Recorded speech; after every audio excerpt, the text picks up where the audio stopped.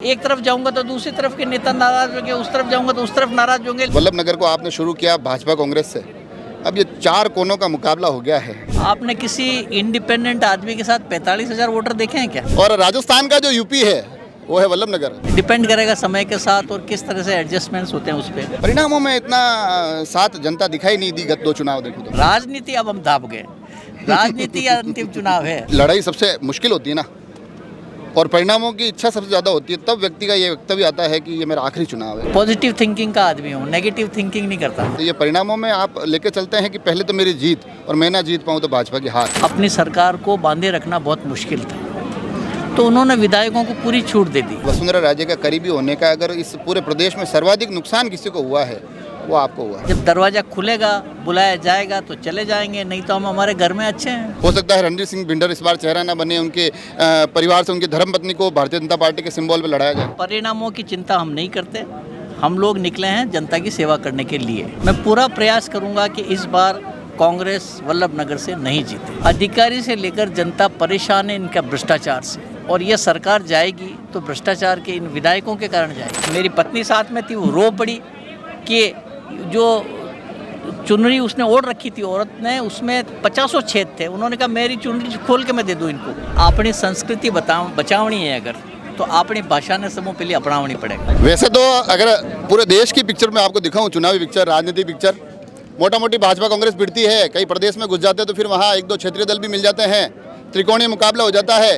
कभी कभार कोई बड़ा राज्य होता है ना, जैसे यूपी में घुसते हैं तो वहाँ फिर चार पार्टियों की टक्कर होती है। और राजस्थान का जो यूपी है वो है वल्लभ नगर।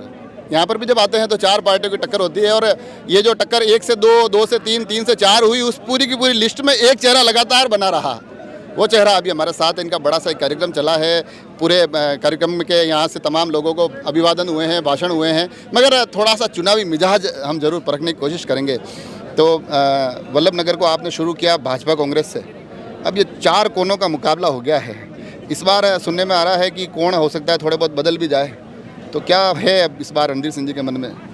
देखो, राजनीति में कहीं कुछ नहीं कह सकते। कभी 2 कोने भी हो सकते हैं, कभी 3 हो सकते हैं, 4 भी हो सकते हैं। डिपेंड करेगा समय के साथ और किस तरह से एडजस्टमेंट्स होते हैं उस पर। कोने बढ़ते रहे मगर रणधीर सिंह जी एक कोना बने रहे। जब तक जनता साथ है, कोना कैसे टूट सकता है? जनता कार्यक्रमों में तो साथ दिखती है। अभी बाहर भी लोगों से बात करा था, उनका उत्साह वास्तव में बहुत बेहतरीन था। हर व्यक्ति चाह रहा था कि मुझसे बात हो, मैं महाराज साहब के लिए कुछ कहूँ, मैं जनता सेना के लिए कुछ कहूँ। मगर जो परिणाम अगर देखें ना, परिणामों में इतना साथ जनता दिखाई नहीं दी गत दो चुनाव देखो तो। आपने किसी इंडिपेंडेंट आदमी के साथ 45,000 वोटर देखे हैं क्या? पर परिणामों में जब वो आगे वो जब व्यक्ति ऐसे निकलता है तो उसका आनंद ही अलग होता है। परिणामों की चिंता हम नहीं करते, हम लोग निकले हैं जनता की सेवा करने के लिए। हारते हैं, जीतते हैं, मैं कभी हार के घर नहीं बैठा, ना मैं जीत के घर बैठा। हारते जीतते रहेंगे, जनता की सेवा करने के लिए मैं चला जाऊंगा, मेरे बेटे करेंगे, मेरे बच्चे करेंगे, जनता की सेवा करने के लिए। हाँ, राजनीति अब हम दाब गए, राजनीति या अंतिम चुनाव है, इसके बाद हम चुनाव नहीं लड़ेंगे। मेरे परिवार तो कोई लड़ना नहीं चाहता, लड़का लड़की दोनों पॉलिटिक्स से दूर है, साधु संत बने हुए हैं, वो तो पूजा पाठ में लगे हुए हैं। तो अब ये चुनाव हमारा आखिरी चुनाव है, इस चुनाव में हम लड़ेंगे। राजनीतिक रूप से चुनाव में नहीं लड़ेंगे, लेकिन जनता की सेवा तो करते रहेंगे। कई बार मैंने जितनी राजनीति मैंने कवर कर सका हूँ, जितने राजनीतिक लोगों से मैं अलग अलग जब मिला हूँ, मैंने आकलन किया है कि जब लड़ाई सबसे मुश्किल होती है ना, और परिणामों की इच्छा सबसे ज़्यादा होती है, तब व्यक्ति का ये वक्तव्य आता है कि ये मेरा आखिरी चुनाव है। कहीं ये वही तो नहीं है? देखिए, मैंने 2013 में जब जीता था, उसके बाद ही मैंने कह दिया था कि मैं अब 60 साल का हो गया हूँ, मुझे रिटायर कर दो। उन्होंने कहा साहब घरे बैठ रिटायर नहीं बनो, 18 चुनाव लड़ो, जीती जाओ, पचे रिटायर। 18 का चुनाव लड़ा, हार गए, तो कहा साहब अब 23 चुनाव लड़ो, पचे घरे बैठ जाओ। तो अब ये अंतिम चुनाव है, ये मेरी घोषणा मानो, आप रिकॉर्डिंग कर लो। आगे मैं कभी फॉर्म भरने आऊँ या मेरे परिवार का कोई आए तो अब बताना।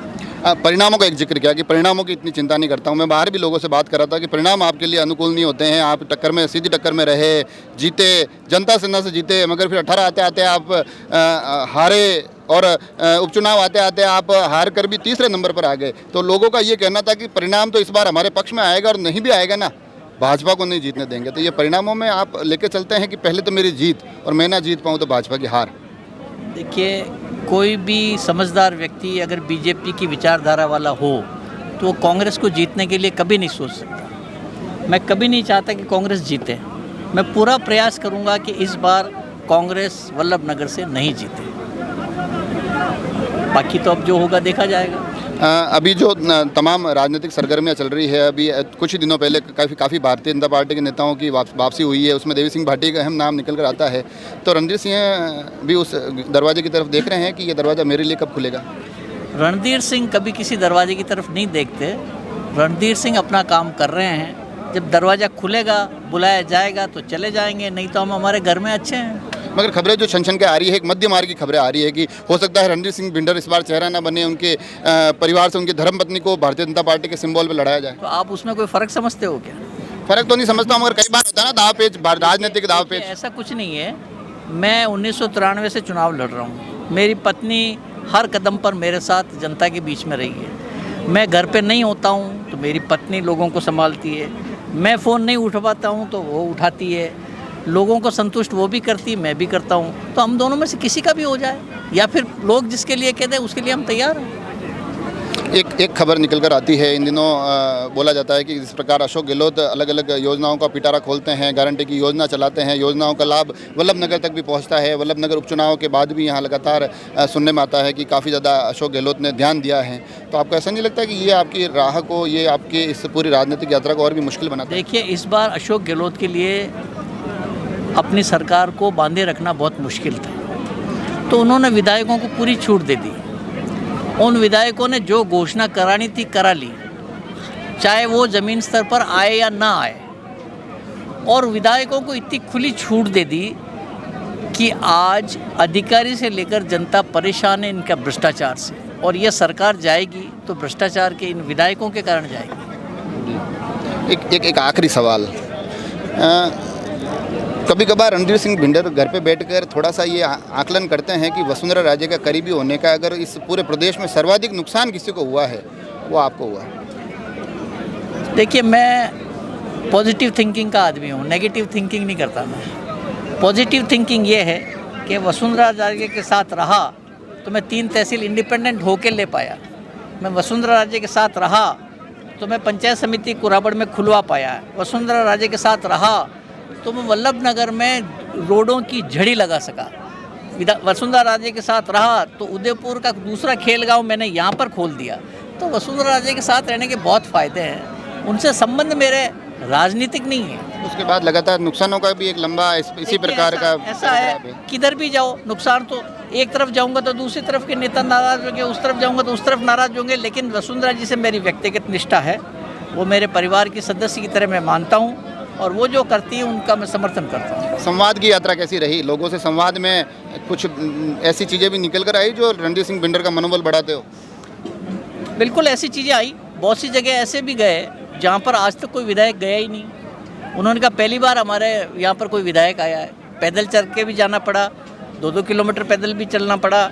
और बहुत सी जगह तो देख करके मेरी पत्नी साथ में थी, वो रो पड़ी कि जो चुनरी उसने ओढ़ रखी थी औरत ने, उसमें 50 छेद थे। उन्होंने कहा मेरी चुनरी खोल के मैं दे दूँ इनको। ऐसी स्थिति में लोग रह रहे हैं। तो उन लोगों की सेवा करके और उनके उस चेहरे पर खुशी लाना, यही हमारा ध्येय है, और कुछ ध्येय नहीं।